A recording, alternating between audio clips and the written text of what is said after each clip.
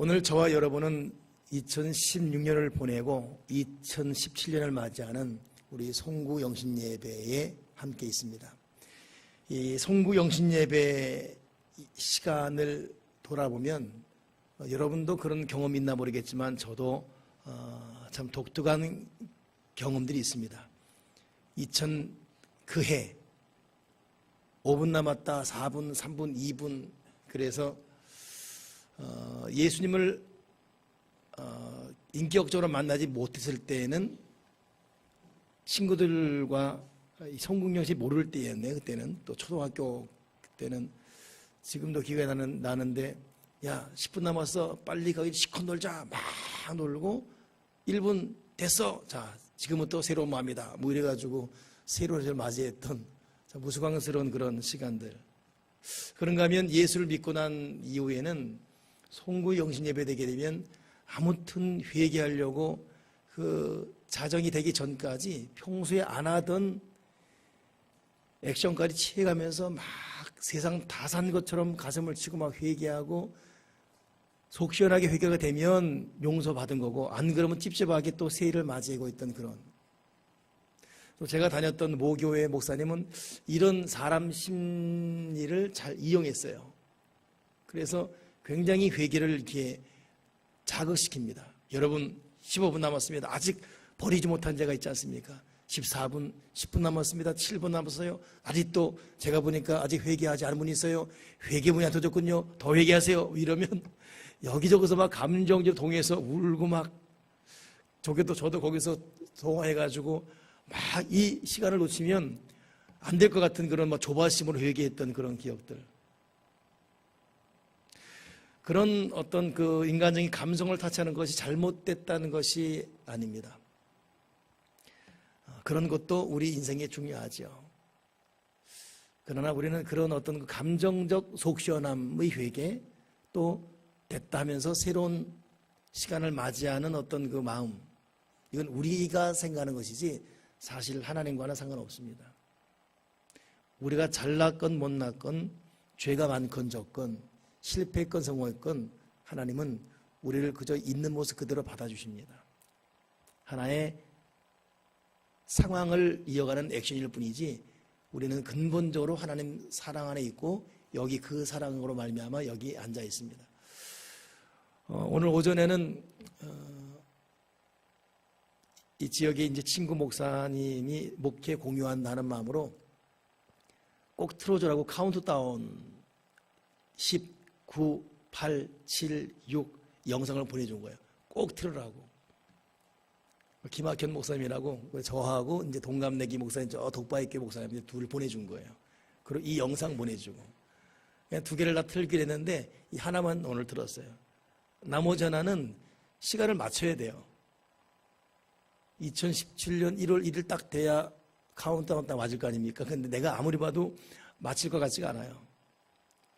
왜냐하면 우리는 2016년 12월 30일이나 2017년 1월 1일이나 우리의 시간대지 우리는 하나님 안에 있는 그 시간을 살아가고 있습니다. 오늘 여기서 새로운 마음 먹는 것이 새해입니다. 바로 지금이 새로운 시간이고 새로운 결단이고 새로운 마음이에요. 오늘 그런 마음으로 우리가 2017년 신년 예배를 맞이하기 바랍니다. 그렇다면 여러분에게 질문하면서 나누고 싶습니다.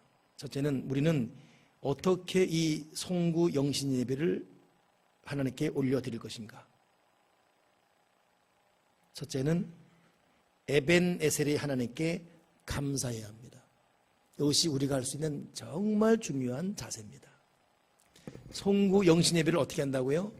에벤에셀이 하나님께 감사하는 것. 이것이 지금 저와 여러분이 해야 될 정말 중요한 자세입니다.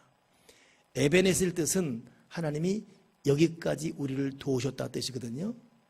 이것은 이스라엘 에브라임 지역의 한 도시 이름이에요. 근데 에벤에셀의 이름이 생기게 된 유래는 이스라엘 사람들이 블레셋 사람과 전쟁을 연거푸 2번 한 적이 있습니다. 첫 번째 전쟁에서 4,000명이 죽어요. 우리가 이렇게 물러설 수 없다. 다시 열심히 준비해 싸우는데 또 3,000명이 죽습니다. 두 번째 전쟁 3,000명 죽을 때는 그들이 그토록 소중하게 여겼던 법계를 빼앗기게 돼요. 완전 패배했죠. 이때 이들은 절망 그 자체, 민족의 송두리째 망가지는. 그때 사무엘에게 다가섭니다. 우리를 위해 기도해달라고. 그리고 사무엘은 기도를 쉬는 죄를 결코 범치 않겠다고. 이런 기도에 대한 결단 이유, 그리고 그들은 하나님 간구하죠. 그리고 하나님 앞에 회개하고 바로 선 이후에 전쟁이 있는데 그때는 이 블레셋을 이기게 되는 거예요. 그리고 그때 세우는 것이 뭐냐면 하나님이 여기까지 우리를 도우셨다. 에베네셀. 하나님을 떠나고 하나님 없이 자기 힘으로 살았던 그때는 패배했지만 하나님 앞에 무릎 꿇고 회개한 이후에 이들은 진정한 승리를 거두게 되는 것. 에베네셀. 어찌 보면 저와 여러분에게도 하나님은 에베네셀로 이끌어 가십니다.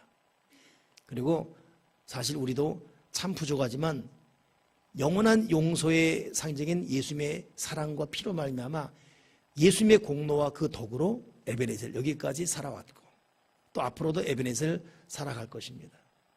그러기에 우리 2016년 각자 참 파란만장한 생각들이 우리의 마음을 때로는 참 아쉽게 하기도 하고 또 안타깝게 또 때로는 후회스럽고 때로는 감사하고 여러 복잡한 감정이 있겠지만은 그럼에도 불구하고 하나님이 여기까지 에베네셀 우리를 지키셨음을 인정하고 하나님께 감사하는 마음으로 오늘 이 자리에 앉아있길 바랍니다. 여러분 정말 중요한 것은 이 시간에 지금 내가 여기 있다는 것 자체가 굉장히 소중한 거예요. 이 밤에 이 시간에 내가 하나님을 예비하기 위해 여기 있다는 거 하나님이 선택하신 거고 허락했기 때문입니다. 불러주신 거예요. 그리고 내가 어느덧 이런 자리에 있어야 되는 사람이 된 것이 이건 위대한 축복입니다. 아멘이십니까? 이것이 근본적인 가장 중요한 축복이에요. 그리고 그 외에 여러 우리의 삶의 발자취 보게 되면 여러분 우리끼리는 뭐 이런 평가 저런 평가할 수 있지만 하나님 방법대로 도우셨습니다. 인도에 오신 거예요. 이끌어 오셨습니다. 불평, 아쉬움 다 뒤로하고 하나님 감사합니다. 가정도 감사하고 오늘 여기 있는 것도 감사하고 하나님 감사합니다. 한번 그렇게 고백합시다. 하나님 감사합니다. 그냥 이슬로만 따라 할 것이 아니라 여러분 각자 형편 알잖아요. 살아온 과거 또 작년 한 해의 모습들 그거 다 여러분 한순간에 마음에 떠오르면서 다시 한번 고백합시다. 하나님 감사합니다. 이게 송구영신 예배를 보내는 첫째 자세입니다.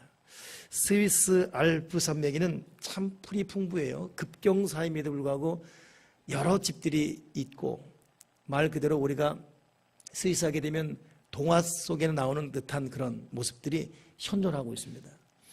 근데 그 스위스에 오래전부터 오는 아름다운 전통 습관이 있습니다. 그것이 뭐냐면 양을 치는 목동들이 때로는 온종일 양을 치면서 갑자기 비가 쏟아지면 비를 피하고 때로는 이리가 쫓아오면 쫓아내기도 하고 한가할 때는 누워서 피리를 불기도 하고 여러 일을 겪습니다. 근데 이런 일이건 저런 일이건 힘겨웠건 편했건 고생했건 뭐 한가로 쉬었건 간에 이유 없이 일을 다 마칠 해가 질 무렵에는 산 위에 있는 목동들이 산 밑에 있는 친구 동료 목동들에게 외칩니다.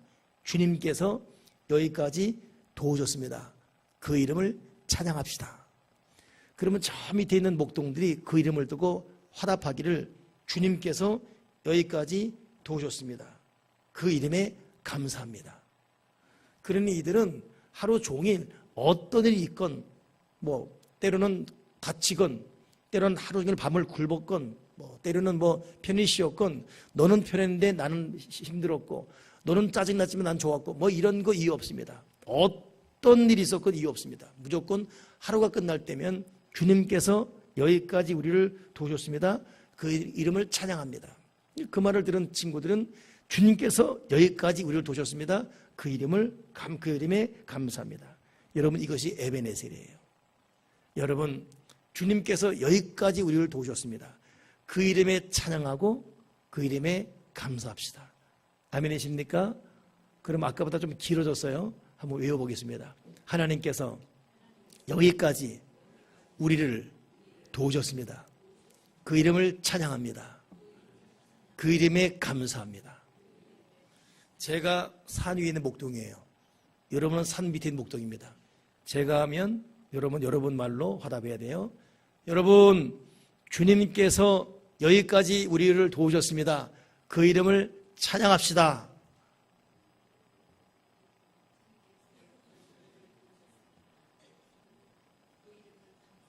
그래요. 뭐 다 알지만 쑥스러워서 못하는 것이죠. 여기까지 도우셨습니다. 찬양합시다. 감사합니다. 여러분, 이 자세로 한 해를 우리는 보내는 것입니다. 두 번째, 이 송구 영신 예배를 우리는 어떻게 할 것인가? 그렇다면 새로운 기회 앞에 다시금 다짐해야 됩니다. 아멘이십니까? 새로운 기회 앞에 다시금 다짐해야 돼요. 시간은 하나님이 주신 선물입니다. 2017년, 2017년을 그렇게 원했지만은 이 시간을 맞이하지 못하고 이 세상을 떠난 사람도 많습니다. 아니, 자연스럽게 2017년 1월의 계획, 2월의 계획을 짜놓았음에도 불구하고 생각지 못하게 우리 곁을 떠나는 사람도 있습니다. 사람의 살고 죽음은 자기 뜻대로 되지 않아요. 그러기에 살아있다는 것 자체가 기적이고 이게 감사하고, 그러기에 지금 나에게 주어진 시간은 하나님의 선물입니다. 그러니까 최고의 선물은 시간이에요. 기회입니다.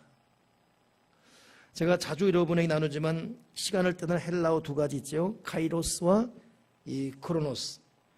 이것을 좀 더 어원적으로 말하게 되면 이 크로노스라는 것은 연대기적, 긴 시간 말합니다. 카이로스는 하늘의 시간이지만 또 하나는 찰나의 시간이에요. 순간입니다. 순간. 그러니까 일직선상에 크로노스가 있는가 하면 찰나, 순간, 하늘로부터는 카이로스가 있어요. 이 카이로스는 여러분 이태리 토리노 박물관 가게 되면 제우스의 아들인 카이로스의 조각상, 이 전설적인 얘기죠. 시랍 전설인데 그 카이로스의 별명이 기회입니다. 기회의 신이에요. 이 기회의 신 조각상 앞을 보면 벌거벗는 몸으로 우람한 근육질을 가진 형상이 있습니다. 그 조각상의 앞머리는 머리카락이 무성하고 뒷머리는 머리카락이 하늘도 없는 대머리입니다. 그 조각상의 오른손에는 칼, 왼손에는 저울을 갖고 있습니다. 어깨와 발 뒤꿈치는 날개가 달려 있습니다. 이렇게 희한하게 조각된 이유는, 첫째, 벌거벗은 이유는 사람들의 눈에 쉽게 발견되기 위함이고, 앞머리카락이 무성한 이유는 사람들이 나를 봤을 때 쉽게 빨리 붙들라, 이런 의미고, 뒷머리가 대머리 까닭은 한 번 지나가면 잡을 수 없다는 뜻이고, 오른손에 칼과 왼손에 저울을 갖고 있는 것은 기회가 왔을 때 저울로 그 기회가 얼마나 가치가 있는지 신중하게 생각하고, 오른손에 있는 칼로 신속하게 판단하고 결정하라는 것. 어깨와 뒷 발꿈치에 날개가 달린 것은 이 기회는 최대한 빨리 사라진다는 것을 깨닫고 머물거리지 말라, 이런 의미입니다. 이것이 카이로스라는 그 조각상, 기회라는 별명을 가진 그 동상에 새겨진 의미라는 것이에요. 여러분, 그러게 기회는 올 때 바로 즉시 잡으면 되지만 잠시 멈칫하면, 지나가면 잡을 수 없고 순간 날아가 버린다는 것입니다. 하나님 아버지가 이 주신 기회, 2017년이라는 새로운 시간들, 새로운 또 한 살, 이 기회 잘 붙잡고 놓치지 말고 앞을 향해 전진하기 바랍니다. 우리 작년 이맘때도 만났거든요. 다짐했습니다. 그러나 오늘 저도 여러분과 똑같은 마음으로 오늘 찬양인도 할 때 앞에 앉아 있는데 아버지 앞에 참 여러 가지 죄송스럽고 참 놓쳐버린 시간이 너무나 많음을. 그러나 그렇다고 후회할 수 없지 않습니까? 하나님 다시 2017년 줬는데 이 기회를 잘 붙잡게 도와주시옵소서. 근데 문제는 이 기회를 잘 붙잡는데 막연하게 붙잡는 것이 아니라 올바른 방향으로 올바른 결단을 하며 붙들어야 돼요. 내가 어떤 방향 어떻게. 오늘 본문에 중요한 도전이 있잖아요. 너희 이전 일 기억하지 말아라. 옛날 일 생각하지 말아라. 내가 새 일을 행하겠다. 옛날 것 기억하지 마. 내가 새 일을 행할 것이야. 광야에 길 낼 것이고 네 인생 사막에 강 낼 것이다. 승냥이 타조도 나를 존경하게 될 것이다. 광야에 물 낼 것이고 사막에 강 낼 것이다. 그리고 나의 택한 내 백성을 맛있게 할 것이다. 왜냐하면 너희는 나를 위해 지었나니 나를 찬송하게 하려 하기 때문이기 때문에. 그러니 여러분, 우리가 이 기회를 잡아야 되는 이유는 왜 그렇지요? 하나님을 올바로 찬송할 수 있는 믿음의 삶이 되기 위해서. 우리 삶이 하나님을 영화롭게 하기 위해 지음받았고 우리의 존재는 하나님을 찬송, 찬미하기 위함입니다. 우리 2017년 막연하게 성공해야지, 막연하게 좋은 학교 가야지, 막연하게 돈 좀 벌어야지, 올해는 뭐 건강도 책임지고 뭐 이런 여러 가지 자기 소원이 있겠지만 그 모든 소원보다도 더 궁극적인 것, 그렇구나. 올 2017년 하나님의 뜻 앞에, 하나님의 목적 앞에, 나를 향하신 하나님 부르심 앞에 내가 올바로 응답드리며 하나님의 영광을 위해 지음받았고 하나님을 찬송케 지음받은 내가 하나님의 뜻을 위해 올바로 살아가게 도와 주여 주시옵소서. 하나님의 영광, 그 찬양을 위한 올바른 삶을 살지 않았기 때문에 열심히 수고했지만 거기에 참 행복과 질서와 안정이 없고 남보다 앞섰다고 하는 부분이 있다 할지라도 왠지 마음이 편치 않은 것은 우리의 부르신 그 목적, 그 본질을 찾지 못하면 우리는 마음속에 참 평안과 기쁨이 올 수가 없습니다. 오늘 오전 어느 분들과 대화하다가 제 솔직한 고백을 했어요. 나는 참 몇몇 성도들이 부럽다. 그들은 인간적으로는 가난하고 인간적으로는 참 어려울 줄 몰라도 어떻게든 하나님 앞에 기도하고 말씀 안에 살려고 노력하는 그 모습들이 참 눈물겹도록 몸은 힘들지만 그 하나님 아버지의 기억된 바 되는 그 눈물의 제단, 그 모습들, 그러니 때로는 인간에게 지치기도 하지만 그러나 근본적으로 의인은 요동하지 않는다 그랬거든요. 악인은 바람에 나는 겨와 같아요. 그러니 그렇게 사는 사람들의 그 안정감, 그들은 하나님과의 관계를 그래도 꾸준하게 이어가기 때문에 결국 하나님이 주시는 위로와 결국은 돌아볼 때 하나님이 이렇게 저렇게 채워주시는 하늘과 땅의 복을 맞이하게 될 것입니다. 여러분, 2017년 하나님이 주셨습니다. 나에게 또 한 해를 주신 이유를 하나님 앞에 물어보고 내가 진실로 하나님께 어떻게 살아야 되는가를 곰곰이 생각해 보십시오. 남보다 좀 앞섰다, 남보다 뛰어났다, 이것이 결코 우리에게 참 마음의 행복을 주지 못합니다. 야곱이 보니까 불의하게 모은 재물이 너희를 찌른다 그랬어요. 우리나라를 온통 이게 혼란케 했던 이 사건들, 그들은 천문학적인 돈을 갖고 있거든요. 60을 맞이한 그들, 그 돈이 그들을 어떻게 하고 있습니까? 찌르고 또 찌르고 그 돈이 그들에게 행복을 줍니까? 결코 그렇지 않습니다. 결국 여러분, 저와 여러분의 궁극적 행복이라는 것은 하나님 앞에 올바로 무릎을 꿇고 하나님 뜻 앞에 올바로 응답드리며 살아가는 거기에 있다는 것을 잊지 마시고 오늘 말씀 그대로 내가 광야에 길 낼 것이다. 사막에 물 마시게 할 것이다. 내가 너희를 마시게 하고 먹이게 할 것이다. 너희 길 내가 책임져. 왜냐하면 내가 너희를 지었다. 그리고 너는 나를 찬송해야 돼. 이번 2017년 여러분 다시 한번 우리의 흐트러진 믿음을 돌아보고 너무나 어느덧 멀리 떠나버린 기도의 자리를 뉘우치며 그 기도의 자리에 무릎을 꿇고 그렇게 열심히 묵상했던 하나님의 말씀 어느 순간인가 다 덮어놓고 말씀을 떠난 지 오래된 우리의 모습들, 너무 쉽게 육체 정욕에 내 마음을 팔고 세상 즐거움에 쉽게 농락됐던 내 정신, 마음, 이 감정들, 이거 다 여러분 결국 우리에게 아픔이 되고 고통이 됩니다. 실패의 원인이 됩니다. 그러기에 하나님, 내가 진실로 하나님 앞에 올바로 응답드리는 하나님의 찬양의 제물, 예배의 제물이 되기 위해서 2017년 나의 마음과 나의 생각과 나의 시간과 나의 기회를 하나님께 다시금 집중하게 도와주시옵소서. 그리고 진실로 하나님의 사람으로 살게 해주시옵소서. 영국에 한 젊은 변호가 있었는데 이 사람은 남보다 성공하고 출세해야겠다는 마음이 강했습니다. 열심히 공부하고 노력해서 자기 뜻대로 인정받는 변호사가 되었습니다. 사무실도 영국 국회 의사당 앞에 되었고 주어진 일에 최선 다하고자 늘 오랜 시간 일하고 공부. 시간이 갈수록 이 사람 뜻대로 명성은 높아졌고 이름값을 했는데 자기도 모르게 스트레스가 가중되는 거예요. 결국 쓰러지고 말았습니다. 병원에 입원했습니다. 입원해 있는 동안 우울해지는 거예요. 내가 이렇게 오랫동안 병원에 누워있으면 안 되는데 우울증마저 겹치고 말았습니다.